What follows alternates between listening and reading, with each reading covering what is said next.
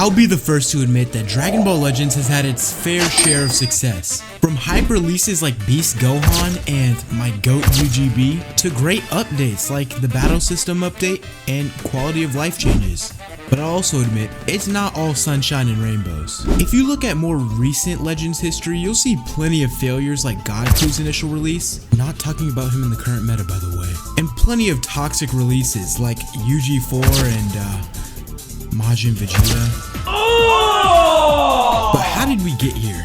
How did we go to the highs and hype of the first years of Dragon Ball Legends to the point where we have to have large community events to make Legends devs fix characters and to erase characters from PvP? Well, that's what I'm here to explain, because after researching nearly 7 years of Dragon Ball Legends history, I've found an answer.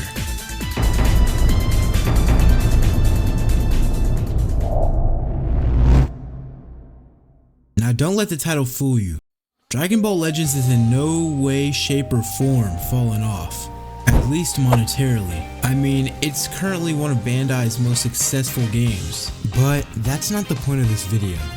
I want to cover Dragon Ball Legends' extensive history and find out if the game really has fallen off from its older days. Maybe we'll find out those older days were just pure nostalgia.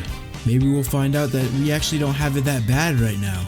And maybe we'll find out that the game's future is brighter than we think. But we'll talk about that later. Let's start from the beginning, April 2018. Now, you may be wondering why we're starting in April if Legends came out in May. Well, it's because I want to cover the earliest days of the game's history, the beta. From the jump, YouTubers and fans alike were all hyped out of their minds to play the game. Why? My guess is it's not Candy Crush with DBZ JPEGs. But that's besides the point. Dragon Ball was at its peak, with exciting movies and games on the horizon. One of those games being Dragon Ball Legends, which, as I said, had a lot of hype going into it, mostly because of its unique PvP gameplay. I hate all of this shit, bro. He got another green! What am I playing? God damn!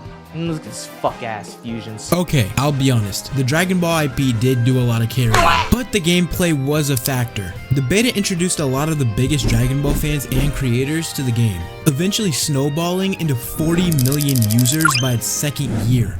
To put that in perspective, Prime 2018 Fortnite had around 45 million users. Not saying Legends is anywhere close to Fortnite by any means, but this should give you an idea of the game's user base. But let's go back a few years. October 2018. This time frame may seem odd to a lot of you, but real OGs know that this was the release date of the first ever step-up banner in Dragon Ball Legends. For its first ever step-up banner. Essentially changing the gacha system in the game forever.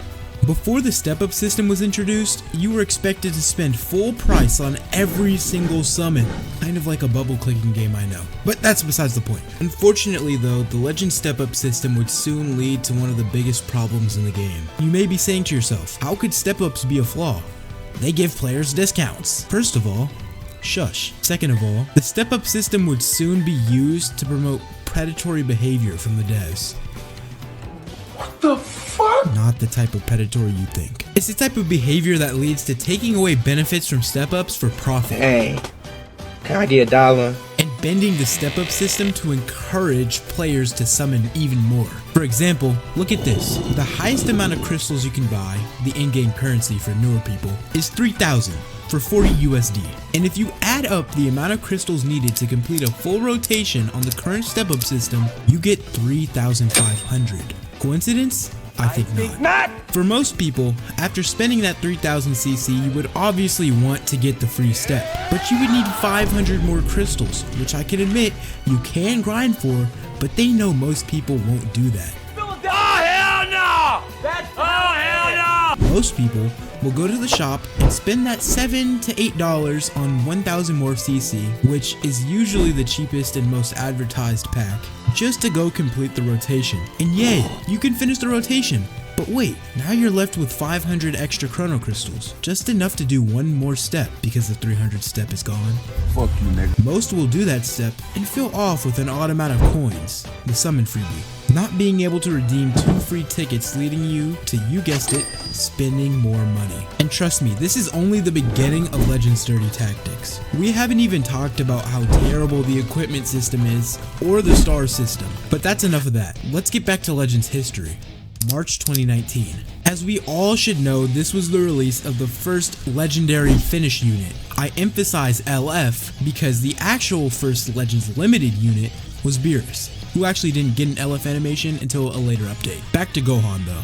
His release is significant because it basically started the trend of a broken one-man army unit. And while I know there was obviously broken metas and teams before this, there were none like Gohan. And honestly, I feel like there was no unit before Gohan that you could just throw on any team and have him dominate in PvP. And I haven't even mentioned his Zenkai. Oh, speaking of Zenkais, let's go a little more forward. December 2019.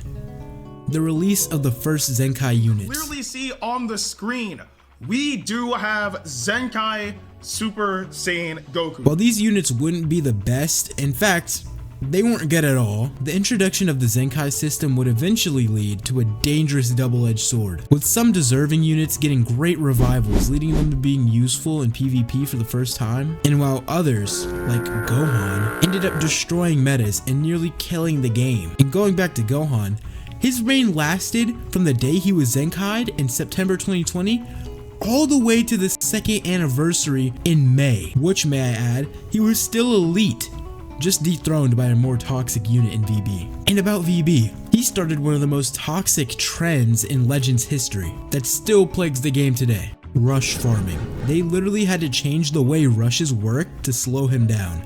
And I say slow him down because I'm gonna be honest, it barely worked. He was still getting infinite combos and 1 to 2 rushes a game post update. This, of course, led to his ugly little brother transforming Vegito from the past Legends Fest, and his even uglier younger brother, Super Saiyan 3 Goku. Now, you may be wondering, with all this negativity around the game, why do people even play? And I tell you that I've kind of been nitpicking this entire video. Listen, I'll explain. There's still a lot to love about this game. And to be fair, if there wasn't a lot to love, there wouldn't be over 100 million users playing the game every day. I mean, the game still has beautiful animations, excellent card art, and some interesting and fun units. Sometimes. And that takes us to our last stop, the game's future. With recent additions to the Dragon Ball IP, like Daima, and its transformations and hype moments, there's plenty to be excited about. And if you're wondering what that has to do with Legends, well, it gives the game a fresh outlook and new units to release. And you know what? We might actually see a fun meta. Heavy emphasis on might.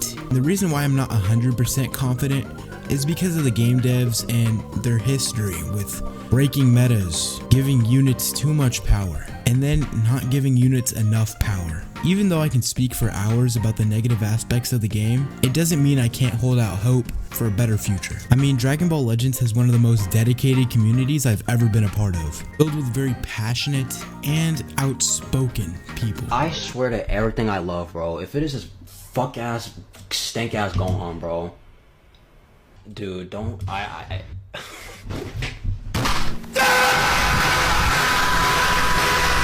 There's hundreds of thousands of fans, creators, and players that all just want to see the game thrive and succeed. But in order for the game to thrive, it starts with change. And no matter what you or anyone else thinks about the changes that they've implemented recently, the Legends dev team has shown that they're willing to implement change when it's needed. The recent battle system update is a good step in the right direction in my opinion, and it opens the door for new playstyles and gets rid of a toxic meta that we used to have to deal with. And while of course I'm not saying it's perfect, I think it's definitely 1 foot forward. All we can do as a player base though is pray that we don't take 2 steps back. Sorry for how long it took to upload this video. I'm gonna try to upload more than once this month. Jokes aside, I had to work with some things and figure out some stuff behind the scenes regarding my YouTube channel and monetization and boring stuff like that, but it's all figured out now, so we should be alright for the future, and expect more uploads and more frequent uploads at that coming soon. Anyways, click on this video. I'll see you later. Peace.